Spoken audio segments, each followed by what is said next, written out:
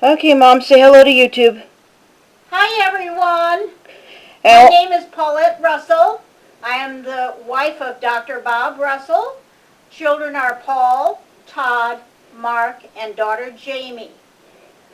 She's the one that encouraged me to make this video, and I want to explain a little bit why you see what you do on our dining room table.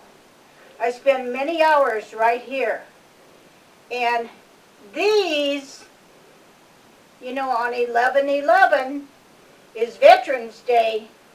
I work on this all year. And these are Christmas cards, each one signed with a personal message and tied with a red and green ribbon. I no longer can make a bow because the arthritis is so utterly bad in my hands. But as long as I can remember to at least make a knot, I will continue with this process. how many do you have? I have 938. And it's a culmination of people. We belong to the TOPS group, so that we meet right here at this table. And over the years, they've brought in cards for me, and we've made out cards and made out for many organizations. But when we found out that some of our cards were being thrown away year after year, it was stipulated that only a tree or snowmen or animals, no churches, no Merry Christmas. What are we celebrating? Snow Christmas? No, it's Christ, C-H-R-I-S-T, Christ Mass, Christmas. So we are all believers in our veterans, in our chapter. Many of them have husbands or husbands that have passed that are veterans. So these are for all our veterans that I can possibly reach. The ones here that are in the plastic containers are going into the high Sierras with us. And I don't want to sound boring to you, but now listen. This year we will go into Virginia City first, Virginia City, Nevada. They have a small but a very active VFW. Their auxiliary people are incredible. Every year on 11/11, right at 11 a.m., rain or shine, they put on a huge military parade. And I want to get those there in time for them to give out at their celebration. Now each one of them, and from there we're going to head out to the Baker family, who are Native American, and Neva, one of the daughters, their daddy served in the Vietnam War, and he was very, very sick in his last few years. And his daughter went to school so he could take dialysis at home. She learned how to give it and so forth, but Richard was a true American hero. And Neva, the daughter, will take a box and she'll take it down to the medical clinic and hand out to all the veterans and their spouses a card. And each card comes with, each one is signed personally, and it's adorned with Merry Christmas, because the other organization said we could not have anything on our envelopes. And each one has a U.S. stamp. I mean, they fought for our country. We're going to adorn them with a stamp. And that's what it's all about. It's about our flag and our patriotism. But then, about 6 or 7 years ago, we made the packets to contain a packet of hot chocolate. And many of our members were good. They would say, here's money for hot chocolate, or they would bring in Christmas cards for me. And I made up my mind several years ago that nobody's going to tell us what we could send or not send to our veterans. Each card, I try to have it a religious card.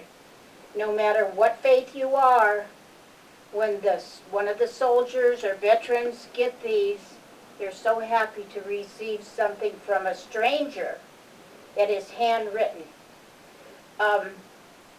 Right from the town of Levining, after leaving a box for Native American veterans, we go down into the city of Mammoth Lakes, and I am so inspired what they are doing for the veterans. Wounded warriors, please remember them and what they did and stood for. And you know, they have a thrift shop, and all the proceeds go to the Wounded Warrior Project there in Mammoth. And they not only take men with no legs, or maybe one leg and an arm, they take them skiing, they take them snowboarding. In the spring, they take them canoeing on Convict Lake. And the city is involved. They're big supporters of Wounded Warriors. They have a thrift store that all the proceeds go for the Wounded Warrior veterans. They're building a new facility. Now, I heard with the heavy snows last year, they're about 4 months behind. So it's going to be interesting this year when we go to Mammoth to see how much has been accomplished within that year's time. This is our first year that we're not staying in Little Levining. We're going to try June Lake for the first time, simply because I want to do some home cooking, and we will fish in between. We want some fresh trout, not fresh frozen trout, and have it when we get in. But then also, I'm skipping around, I know I am. Yeah, let's get back to the veterans. How many months did it take you to do it? Well, our daughter, somebody asked me that, when do you start on this? And before I could say, our daughter answered and she said, day after Christmas. So this year, we're going to Palm Springs for 8 days. I'll take a lot of the things with me, and I'll sit there in the sunshine. So it'll be 2 days after Christmas this year that I start. And I do it periodically throughout the whole year. And So you would say this is a year-long labor of love. it's a year-long labor of love. I just stack these. Now these that are not boxed up are going to some of our local veterans. We have here in Orange County at the Orange County Fairgrounds, we have what's called Heroes Hall. And if you live in the Southern California area, go in, make the trip to Heroes Hall. Go to the fairgrounds, tell them, I'm going to Heroes Hall. There's no entrance fee, and there's no entrance fee to the Heroes Hall. You will be parking in the back of it, but go to the front and see the beautiful beginning, because there's some inspiration there and so forth. And it's 2-story, and every 2.5 months they change it. So please visit Heroes Hall. We're going to be back in time to make a presentation. They're so happy when these come in, because as the men come in and women come in to celebrate the Veterans Day and so forth, all the way up to Christmas, they have something to hand them. So now, would you like any other questions? Tell why this is important to you. It's so important.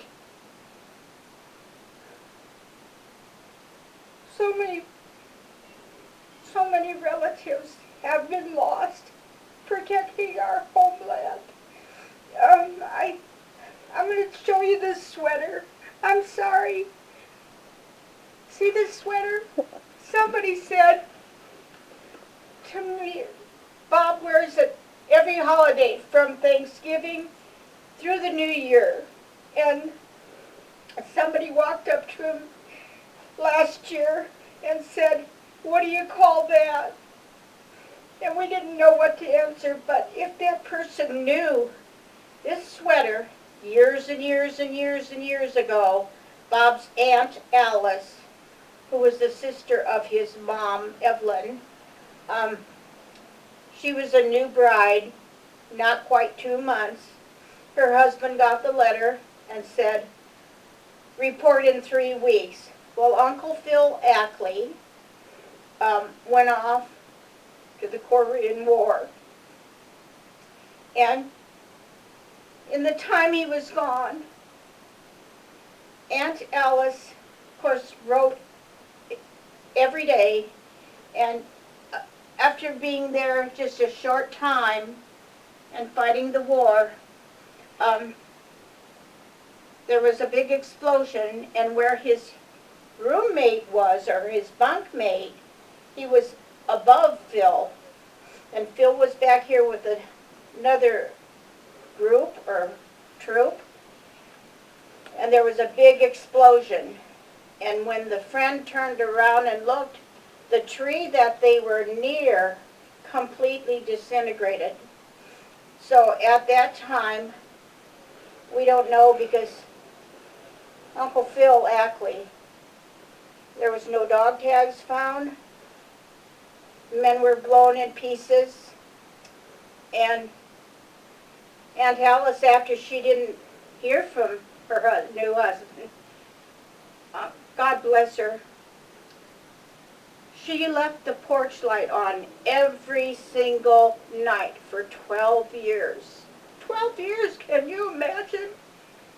She never heard anything for over the years. She would contact the U.S., whatever it was, the War Institute or whatever, and they had no answers for her. But while Uncle Phil was away, she started this sweater.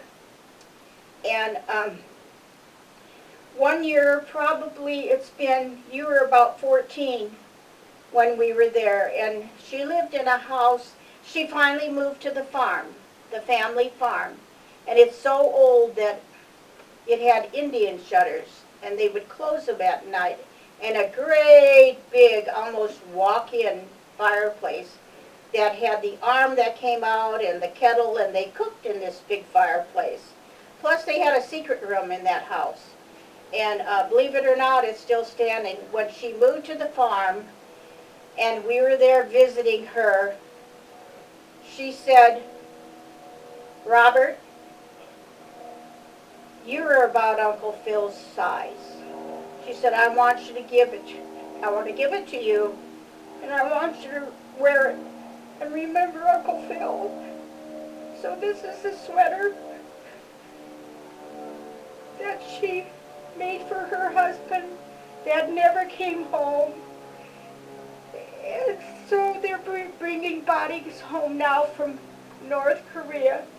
And because they had no children, they were just newlyweds, they had, if anybody ever hears of a Philip Ackley, that the remains have been found, or the dog tags, or whatever ID, please remember Philip Ackley. And every year Bob wears this sweater in his honor. Because Aunt Alice, when she was about 82, did receive a letter finally. And I says, dear Mrs. Ackley, we're presuming that your husband passed away. So his remains are somewhere there in North Korea. And then my good friend Lorraine Stoneman, her husband Mark with a C, was on Iwo Jima. And God bless him, he was shot.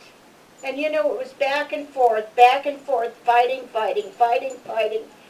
And they thought he was dead because the bullet entered up in this area somewhere. And, you know, the bodies were being destroyed on Iwo Jima. And, you know, it would be Japan, United States, back and forth. And the bodies were being mutilated. That wouldn't be like that today. It's a whole different era for us. And Mark laid there for a day and a half in that sweltering sun. And the medic would come in and pick up the bodies and haul them off. And Mark was one of those bodies, and they thought he passed, and he laid for a day and a half in that sweltering heat and said, and when he went to pick him up, Mark grimaced and made a little noise. Ugh.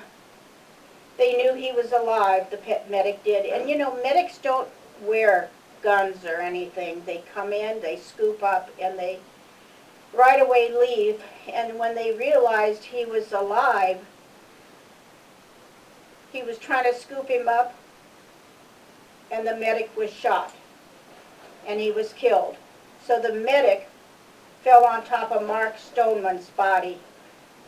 And of course the United States won the war, and Mark Stoneman was there on Iwo Jima. And he was taken off to, flown into Germany, and they thought he would lose his arm, and he begged and pleaded, please, please don't take it off. And Mark was a very brave man. We had the honor of knowing him and Lorraine is now 92, and she's just a real hero in my eyes. And so is Mark, so that's why I do this. And then there was my nephew, Danny Danko, D-A-N-K-O, who served, and when he would be out here at Pendleton, he would come in and stay with us for the weekend and be with the kids when they were growing up. And Danny was a wonderful nephew, and he did covert ops. And you know, I want to tell you how faithful he was. He took all the secrets for the U.S. to the grave. That's how brave he was and how honest. And he fought for the good old USA. And you know, when Danny, he knew he wasn't feeling well. And when he did leave the Marines, he came home and worked in a prison, Joliet prison, because he had that authoritative implanted in him from being a good Marine. And he began to get very weak and sick. And he tried to get into the Veterans Hospital. And God knows how much he suffered. And he would even drive up. They wouldn't make an appointment for him. He tried over and over and over to get in. He got so weak that his brother would pick him up and they would drive. He finally, after almost 2 years, had to get a mediator and fight for him to see the doctors at the Veterans Hospital. But you know, when he did get an appointment, they kept him there for about 3 weeks. And the doctors came in with the news that it was terminal. And the doctor said to him, "Why didn't you come sooner?" And Danny said, I tried. I couldn't get an appointment. I couldn't. And you know, this is no way to honor our veterans. If a veteran is sick, he needs to get in. And you know, that's why now President Trump has helped so much that they are able not to have to report. They can report to the nearest doctor and get an appointment. Just like Richard Baker up there in Colville, he had to drive, and the Native Americans that are like in Lee Vining and so forth, they 120 miles to the veterans up in Carson City. And so now they can take them to the nearest doctor. And you know, obviously if they're much iller than maybe with the sore throat or a cold or pneumonia or whatever, then they would probably have to go further, like our Danny. He had to drive from Streeter all the way to Chicago to try to get in, and that's 100 miles. And didn't they tell him that because he was covert ops and not on the field, he wasn't a real veteran? They told him, well, you never shot a gun. And you know, when you're ops like that, nobody even knows. Nobody knows. And you know, my sister Toots, whose real name is Josephine, but we've always called her Toots from birth on. You know, she would get little notes and hear from this one and that one that your son is fine, he's safe, he's doing well. What an American. What a true, true American. And I think of all the other veterans. Those are just some of them that have, oh, Mike Heiser, Michael and Andrea Heiser. She's helped me. Her son has been retired Air Force. Now her grandson is 17 years in the Air Force. Mike, I think he was 19 or 20 at the time, Vietnam, going down the Mekong Delta in a speedboat, and shots zooming over their heads. They did not know. He was the last man on the ship. They were going fast. He fell overboard. And it wasn't until, of course, there was no moonlight. It was dark skies, shooting one another over the river. He fell overboard, and nobody knew until way over an hour later. And Mike is one of our best friends, he and his wife Andy. And in fact, she has supplied a lot of flags and so forth for me. We're lucky to have him because, you know, no man left behind when they realized that he was not on that boat, that PT boat, and he was floating, like he said, down the Mekong Delta, and hoping somebody knew he was gone. They went back and they did find him, and he's here today. He's our leader in our chapter. True American hero, true to American hero. I want to tell you about the places I go here locally. Like I said, this will go to Heroes Hall. This basket here there's a little restaurant, I believe it's either in Fountain Valley or in that area, and they're only open for breakfast and lunch, and I think it's Paul's Cafe it's called, and a lot of the military, no matter what branches, they come in there and they have breakfast or lunch, and outstanding food. So this basket here is going there, and this big one is full, and the local American Legion down on the peninsula, they've got a very active group, and this is going to them. They always look forward to our packages so that they can hand something out when they have their dinners. I don't want to stop this. My hands are quite deformed already. It's getting hard for me. I can no longer make a bow, but I can make a knot and trim it. I'm not going to stop. When I stop, that's when I die. Because somebody has to remember all these men and women and young people that gave so much of their lives to step forward and take the oath, no matter what branch it's in.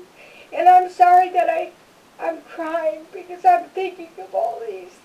And you know, when we do go to Mammoth, and these wounded warriors, on their thrift shop walls are pictures that have been made like into murals, and you're going to see these men smiling, but they may not have legs, or they may have one arm, and you know, they're smiling, and if you can bring a smile to a veteran's face, just a smile, this is simple.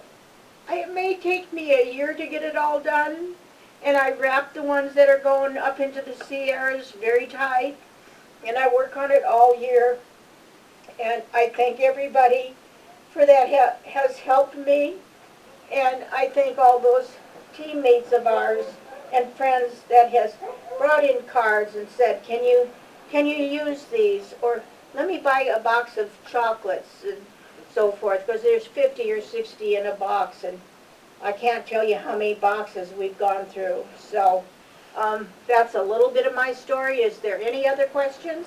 The goal for next year is 1,000, right? The goal for next year is 1,000, and we leave on the 27th of December for Palm Springs, and we'll be away, and I'll be writing out my cards that I never miss and say, oh, I keep writing the wrong date. I'm writing in next year, because when you say December 2020, you get used to it, because I date it like if it's December.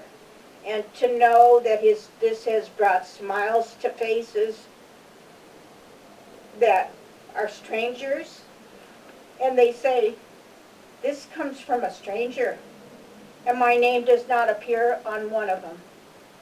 Not one. But they know. And the beautiful letters that I've gotten from people that work with the veterans, thanking me for a simple act of love. I thank each and every one of you. I'm so proud of our American veterans. I'm so proud of all of you. And it doesn't matter what your ethnicity is, what your religion is, or what your color is, or what you are. Because if we could unzip our skin and lay it aside, you will see that everyone on the inside of the body is built just alike. We've got 2 lungs, we've got a heart, we've got all the other things, the stomach, pancreas, spleen. It's all there. So it doesn't matter what the color of your skin is. It doesn't matter what your religion or your race is, or where you came from. The main thing is, you are our heroes. And I thank you, and if you ever have any questions, you can go through my gal here, and she's going to put a title to this, and remember to thank a veteran. And if you see anybody walking in the stores, and yes, we are Walmart shoppers, and often I see military men with their insignia. They might be 75 or 80. Remember to thank them. And I thank everybody for putting up with me, a wrinkled up, old, babbling, crying lady. Why don't you spread the sweater out and I'll try to get some close-ups. Okay, this is from Aunt Alice, made for Phil Ackley. And it sat in her cedar chest all those years, and probably every bit of 25 years ago or so, when we were visiting the farm, she said, Robert, you're about Uncle Phil's size.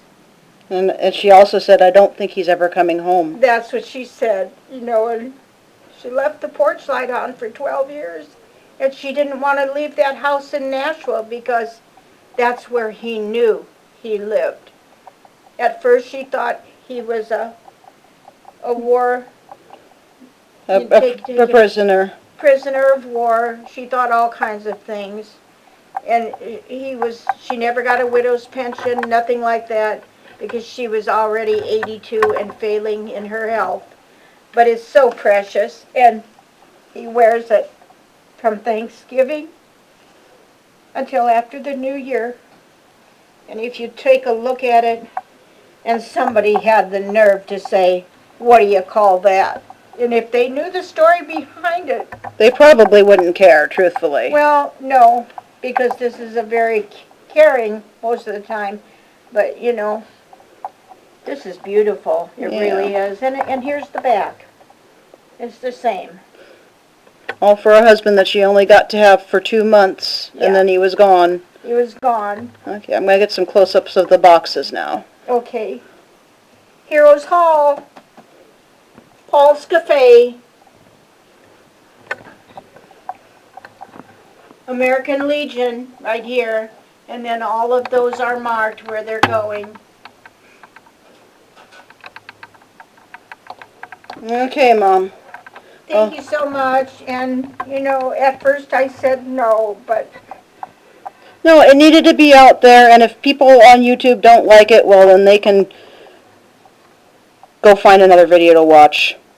chew pickle. Chew a dill pickle, because Well, they might like dill pickles, though. They can go choose something else that's a little bit nasty. then the pickle juice they can drink. Because a lot of people, today, Yeah. hearts are different than what they were years ago. Anyway, I gotta, because my battery's starting to die. Okay, sweetie. Bye, everyone. I love you all, and if you're a veteran, thank you. Or a veteran's wife, thank you.